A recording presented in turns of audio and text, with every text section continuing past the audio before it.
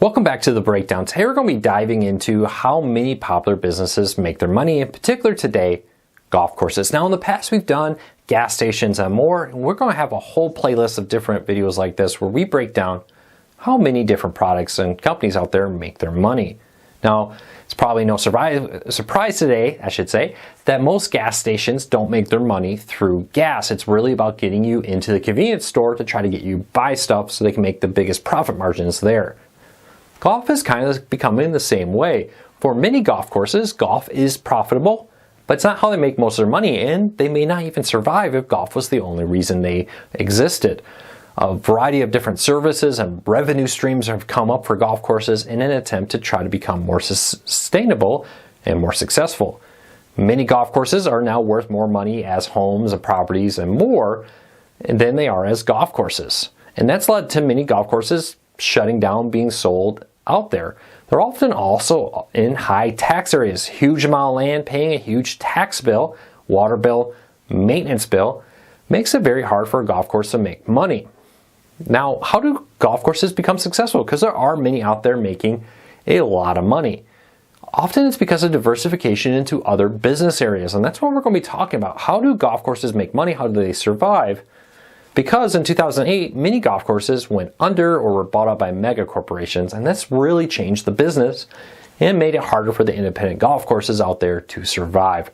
We're going to be diving into that and as part of a series. If you like these kind of videos, I'll put a link to our playlist of different how they make money videos. I'll be posting a whole lot more like this in the future. If you like these videos, leave me a comment. Let me know, is there a business or something out there that you would like me to dive into and let you know how they make money? I'd love to hear from you. I'd love to hear some ideas. First though, if you're new here, help us grow this channel. Hit that subscribe button, hit that thumbs up. It really does help us because it lets YouTube know you enjoy what we do here, and hopefully we can help you learn something new about the world of golf and golf courses and more, and how they make money and just how businesses do it overall. We would love your support. All right, let's dive into it. How do golf courses make their money? Now, it's maybe not really surprising that most golf courses focus heavily on food and beverage to make money. Now, you've probably seen the carts going around with snacks, alcohol, soft drinks, and more on the golf course.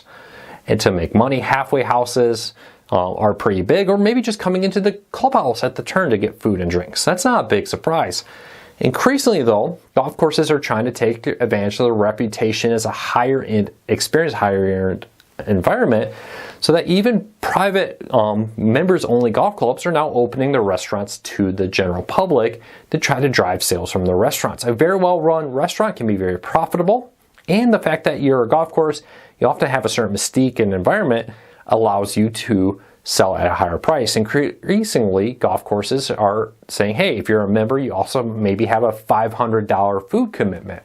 It's not unusual nowadays to say, hey, in the year you need to spend at least $500 on food and beverage, or some are just making you put that down up front with your membership, and then you can take credits throughout the year against that. If you don't use it, tough luck, you lost that money.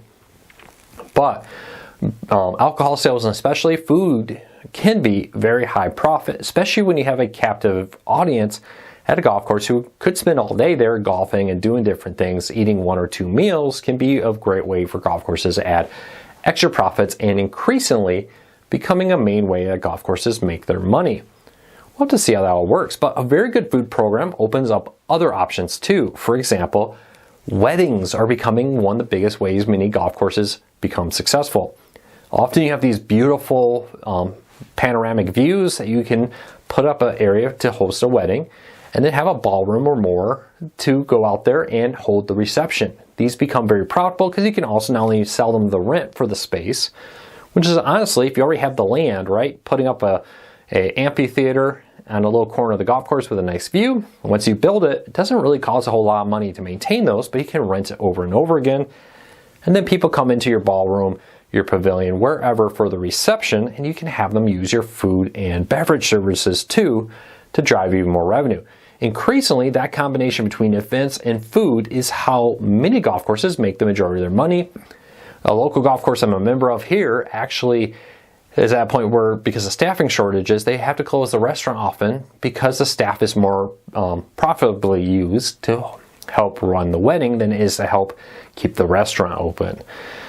So increasingly, food, beverage, and weddings are becoming a big focus of golf courses out there.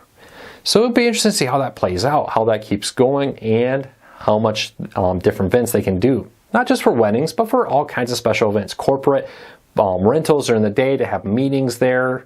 Also, birthday parties. A lot of golf courses are having small rooms and more to host those kind of events out there. And it leads into the non-golf events.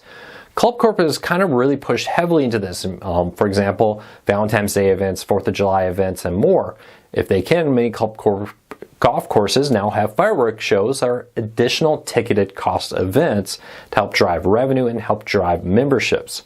For example, if you want to go to their 4th of July fireworks show or their Valentine's Day special dinner, you have to be a member. You have to pay additional premium on top of it. And they offer, for example, kids daycare services on Valentine's Day so parents can have dinner, a 4th of July show if the city will allow them to have fireworks, which is a ticketed event, sometimes $100, $150 per family on top of their typical membership. These events have become so profitable that many golf courses have hired special event coordinators to do nothing but lead non-golf related events and try to come up with those. Opening day pool parties, which are ticketed events, etc., are increasingly becoming big profit centers for golf courses. Lastly, non-golf related uses. Now, increasingly, pools for a long time have been a big part of golf courses. If you remember the golf course, you may have access to the pool, and they may sell social memberships to the pool for people who just want to use the pool. Non-golfer memberships is a big thing, and finding ways to attract people has been big. Many golf courses have added gyms as a way to do it. One of the big chains in our area has a Snap Fitness in every golf course they have, pretty much. A few exceptions there are the older, smaller ones. But having a gym is another way to bring people. Having other things like tennis and more is a way to bring in non-golfers to be members and take advantage of those social and other sports memberships, and then hope they come into the restaurant, hope they take advantage of the pool parties, hope they take advantage of the 4th of July events, and more.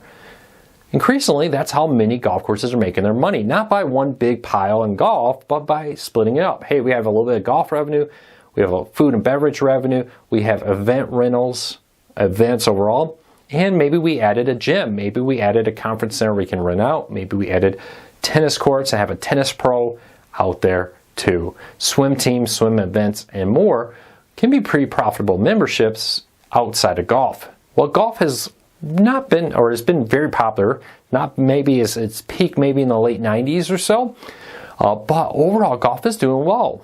But increasingly, high costs of labor, maintenance, taxes, and more puts a squeeze on many golf courses, leaving the owners thinking about turning them into condos and more.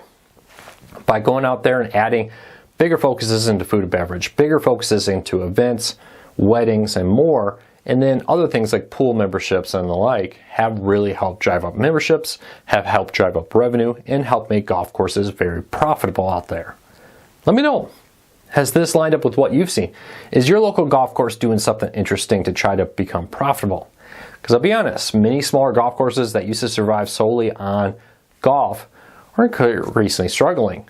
Many pro shops where golf courses made money on pro shops selling putters, clubs, and more have seen declining sales as a growing number of places now sell golf clubs, superstores, PGAs, Golf Galaxy, so many other places out there that sell it at discounted prices better than what many golf courses can offer, has forced golf courses to continue to sell products and merchandise, but not rely on it so much. It's hard to compete with a big mega box store just down the road selling golf balls at a price you can't match. Then it is now move into different areas. So leave me a comment. Let me know. Does this line up with what you've experienced in the past? How has your local golf course made money? Now, if you like videos like this, leave me a comment. Let me know if you want me to talk about a particular other industry out there, how it makes money. I'd love to hear from you. If you're new here, hit that subscribe button, hit that thumbs up. It really does help us because it lets YouTube know you enjoy what we do here. Until next time, take care and be safe.